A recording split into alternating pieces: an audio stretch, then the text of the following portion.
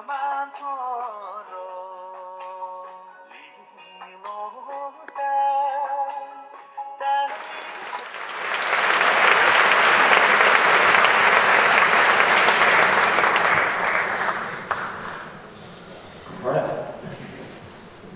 That's how to manage the question. Oh, already. Okay. Read.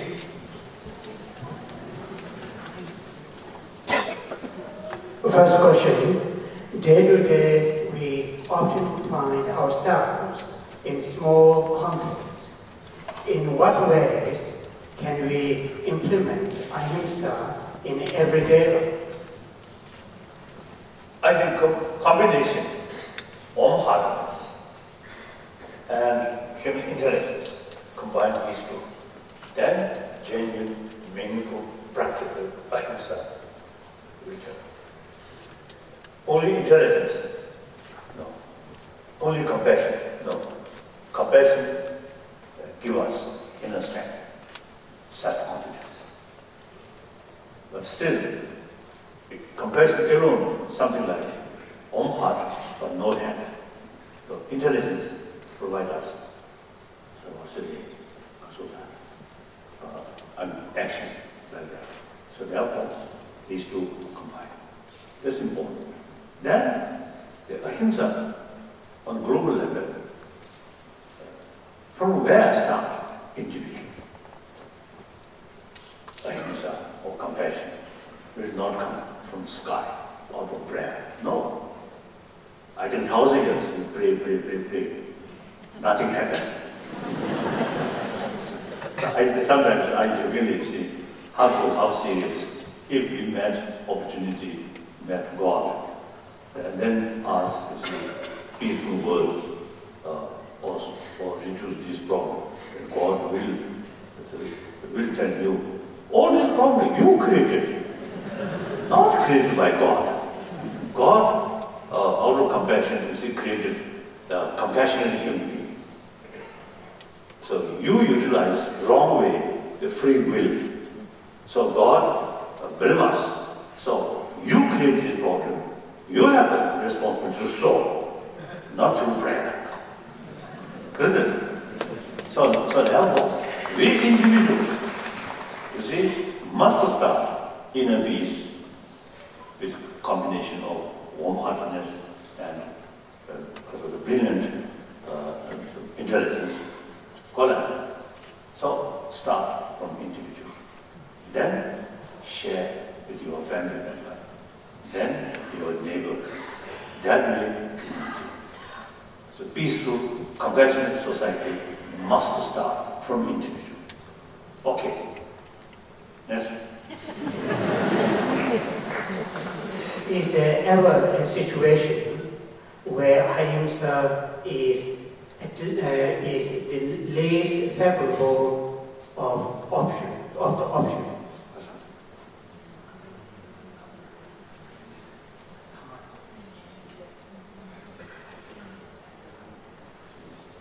As I mentioned earlier, generally, any human problem, I think, problem which we created, the only solution, only proper solution, only proper way to solve this problem is ahimsa.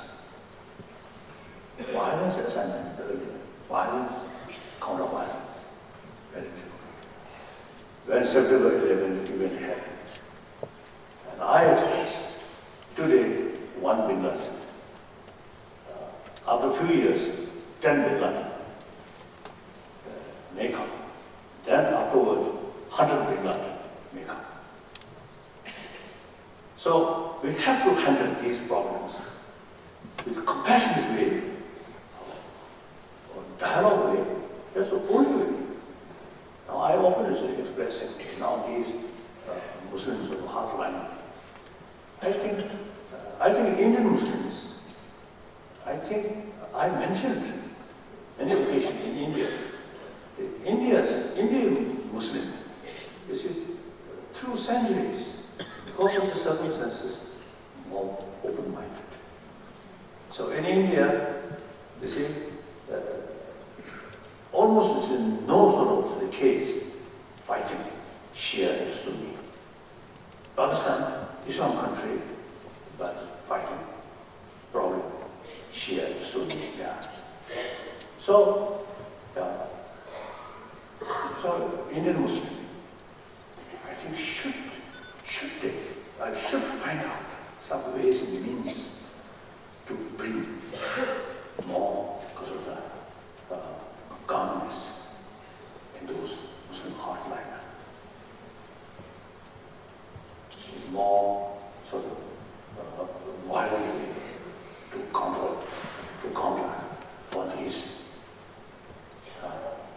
Some cases may be inevitable, but overall this is not at all proper solution, right? Proper way to solve this problem. So we have to cool down. There are immense emotions become out of control. Then the person become like a mad person. So we first method, we have to cool down their emotion. Then go. There are sort of activities, there are actions. It's actually very harmful for image of Islam. So therefore, you see, calm down, sit together and talk. So that's only then My friends were held hostage for 24 hours, tortured, raped, and then murdered executioner style. I cannot get over this or even begin to forgive the perpetrators. Do you have any advice, please? Where is it? Where is it?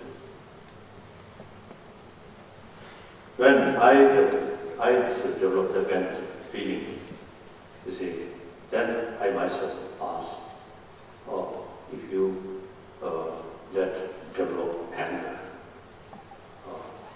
and the feeling of revenge, that really solved the problem.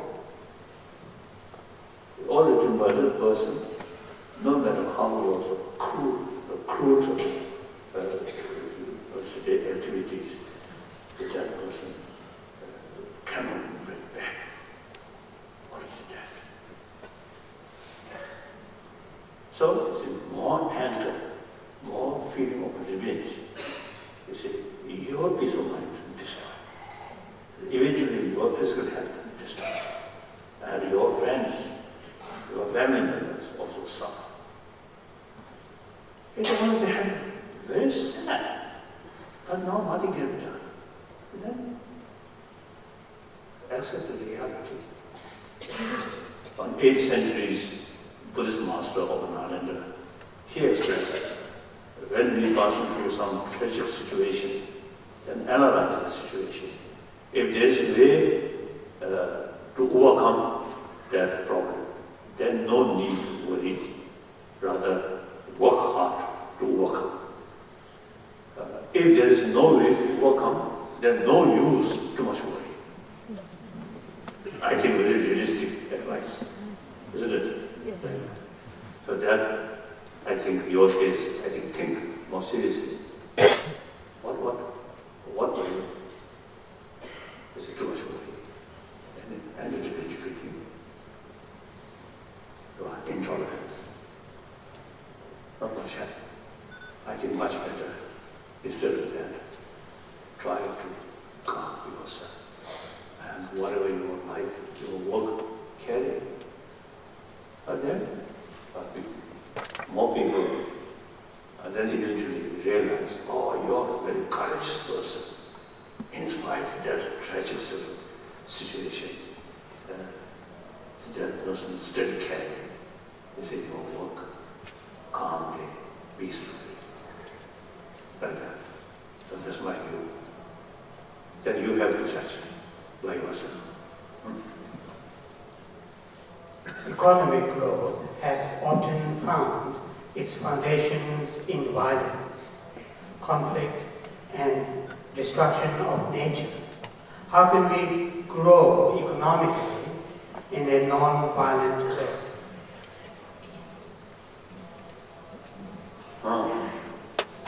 There is some complication here, but I'm not an expert.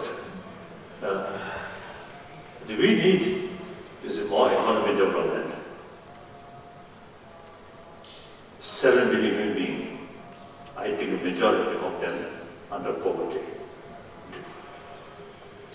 So global level, huge gap, rich to poor. And national level also, there's huge gap, rich and poor. So we need more money, more development. But the economic development, more equal way, that's important.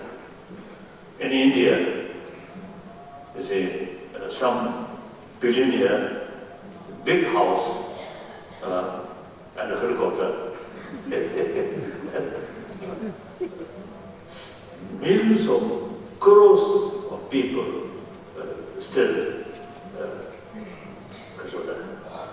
under poverty in difficulty. So I always telling, expressing, now real transformation of India must take place in rural area. India, farmland country. So real development must take in rural areas. Recently, I went, I can't remember the name, one important Buddhist site. From Delhi, I think 3-4 hours of drive, quite close. So in Delhi, I go to flew, some sort of kasota, dirty sort of air like that. When I reached there, clean. Weather also very clear, blue, and air also very fresh. So then I suggested there, and also I met some UB officials also there. I mentioned, you must build this area.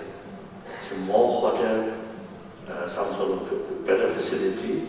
Then I think many people from Delhi, when they too much sort of tired, then few hours of driving, they will come that area and relax. So like that, in Delhi, like in Tokyo and some sort of different sort of big cities, now road, see 3 or 4 bridges,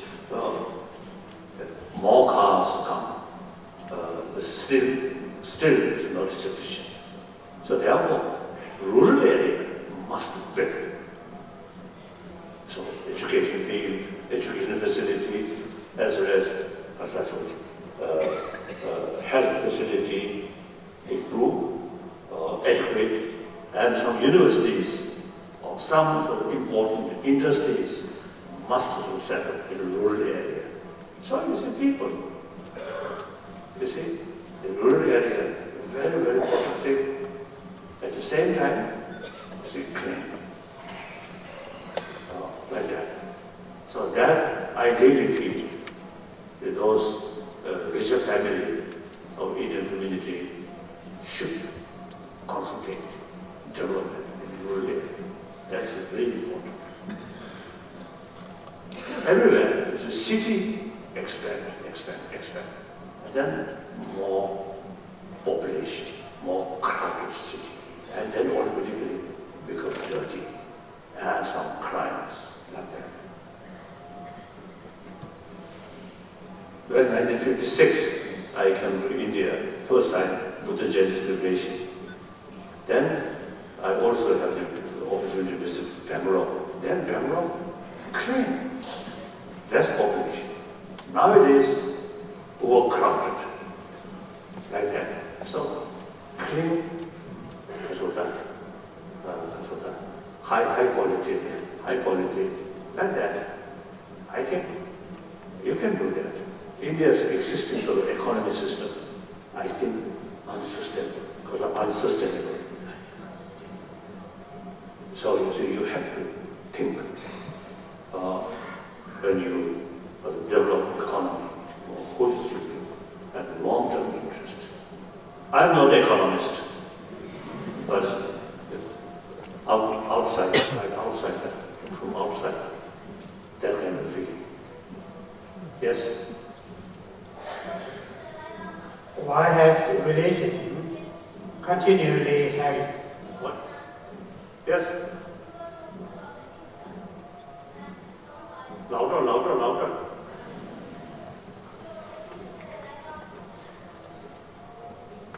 Yes? And then, one question.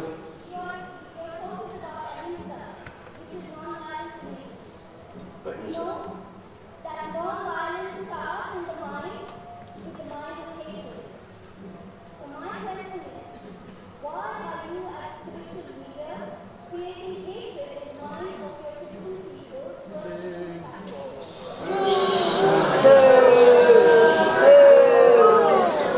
Sit down. Get out.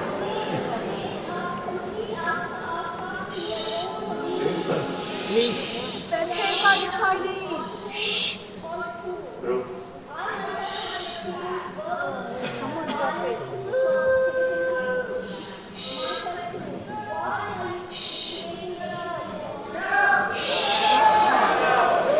No. You see, these people who carry some kind of, say, almost like you see, they are duty now.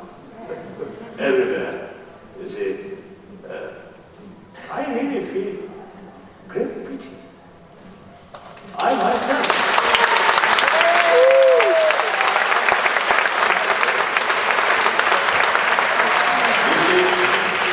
Worship this spirit from 1951 till beginning of 70, out of my ignorance.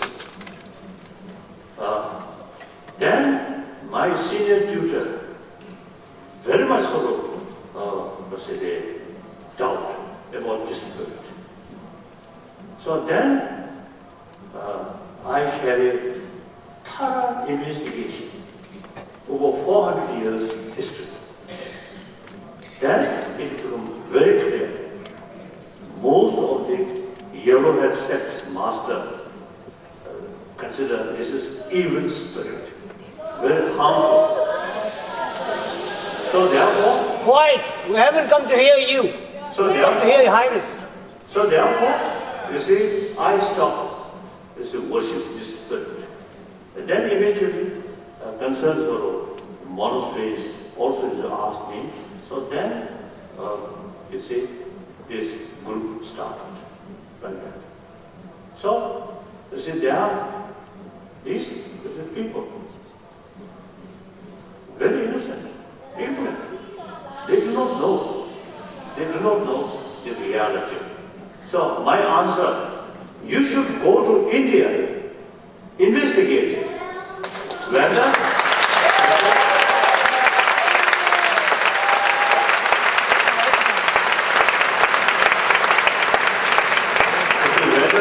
we really credit the practice of please banning- have her ejected? banning about that. No, in South India, or bigger monasteries, institution there, I think at least 2,000 monks still carry their for the prayer. Free. All these refugee place, government of India provides land for our settlement. So this, you see, we can easily expect these people. We never done that.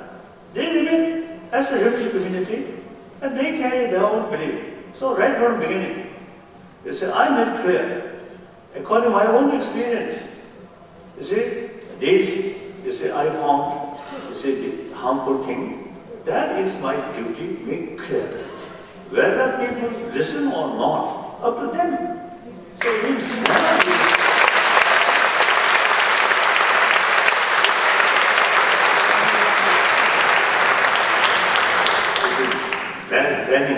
banning about their practice, like that. And then some of them, you see, describe me as a Muslim, not Buddhist. So that. I really feel love like that. So here in London, so when I met the Tibetan, I asked them, please don't feel negative feeling or anger. So you should feel pity. These, out of ignorance, they follow the wrong way. Okay.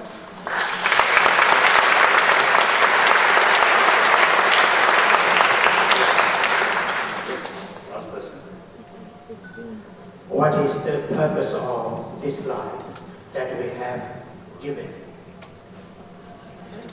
Correct. I already mentioned happiness, joyfulness is the purpose of life.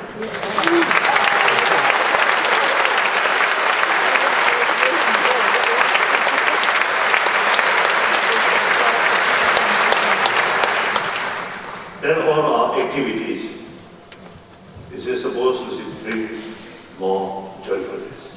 So okay, but often due to lack of wrong-sighted view and lack of self-confidence, sometimes our own action creates more miserable experiences. So, thank you.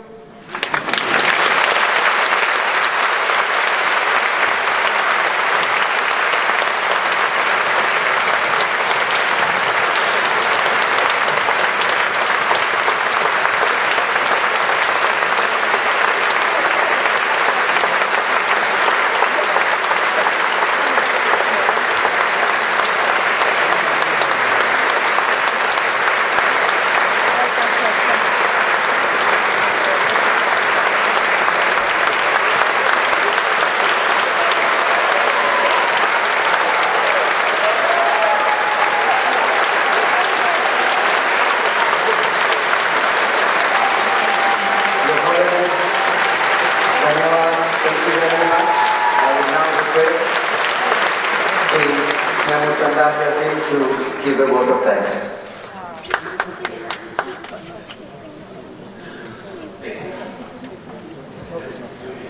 I will watch.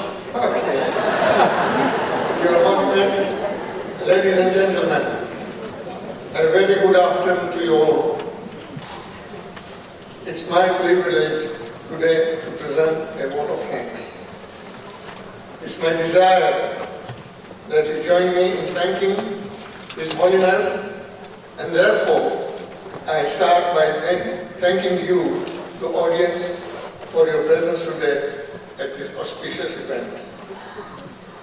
You all have been a most wonderful audience, listening patiently and with interest to the enlightening discourse by His Holiness. Please, let's have the first round of applause for the audience.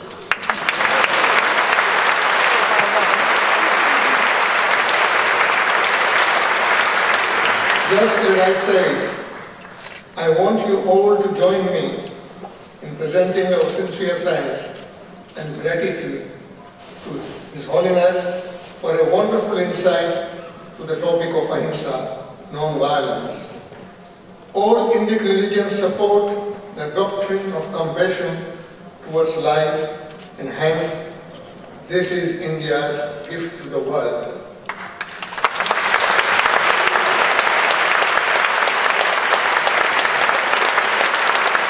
His Holiness has delivered this delicate subject with his excellent eloquence and made it easy to absorb with his sense of humor. We appreciate the efforts made by His Holiness in promoting a world free of war and terrorism, and we pray that the world receives his message with solemnity it deserves.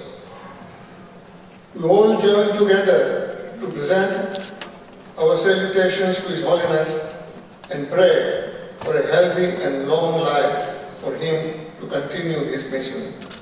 Please put your hands together to thank him from the bottom of our hearts for his wonderful activities.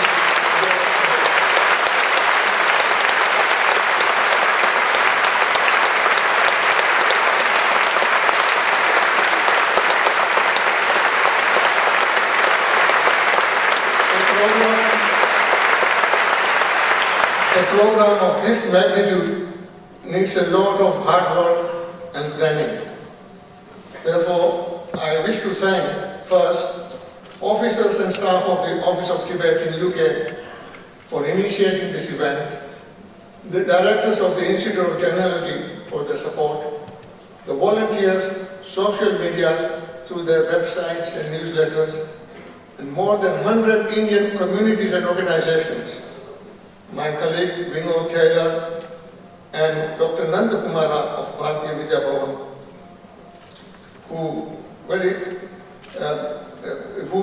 who arranged for the musicians Vinay and Saraswati. Finally, in the Twat Sutra's 521 aphorism, it says, Parasparo Graho Jivana, which means that all souls render service to one another, that all life is interdependent. His Holiness has lit a lamp in our hearts to understand the importance of this aphorism. May this lamp be the source of lighting many other lamps. May the world accept this doctrine of peace and coexistence of all living things. What a coincidence. Tomorrow, 21st September, is a World Day of Compassion, celebrated since 1982 by all countries. Thank you all once again and have a safe journey home.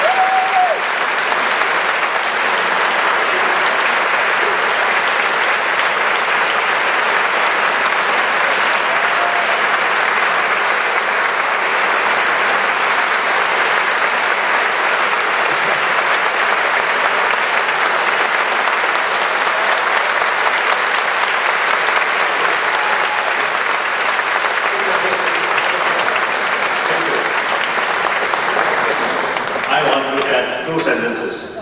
You see, those, you see, someone is who, express your concern about these demonstrators. You know, I want to tell you, we Buddhists should follow authentic Nalanda tradition. There's some individual lamas, some, little bit sort of, the spirit worships. These are not authentic Nalanda tradition. So, as a follower of Tibetan Buddhism, you should study more just one thing. Then some people, they consider, this is a question of religious freedom. Actually, my own experience, till I worship, this spirit, I have no religious freedom because this is very, very sectarian. Therefore, I also, keep distance from other Tibetan Buddhist traditions. After I stopped this practice, then I got the religious freedom. I received teaching from different Tibetan Buddhist traditions. So my approach is like first Dalai Lama, second Dalai Lama, third Dalai Lama, fifth Dalai Lama, and 13th Dalai Lama, non-sectarian principle. Why? I am promoting different world religious tradition, harmonious, unity. Then within Tibetan Buddhist tradition, should not be sectarian. This tradition is very, very